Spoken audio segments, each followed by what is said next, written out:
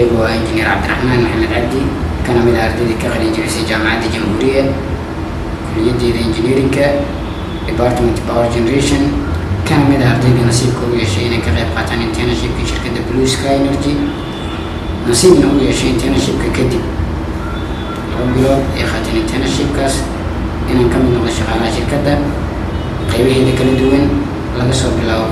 coordinator up to distribution transmission ilaa maanta aan ahay power generation manager internshipka jaamacadda nasiiday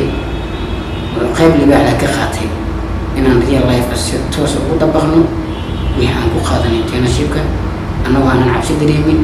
inaan filiyada intaa la eg aan ka noqono manajaro waxaan ugu mahadcelinayaa jaamacadda juhdiga ina geliday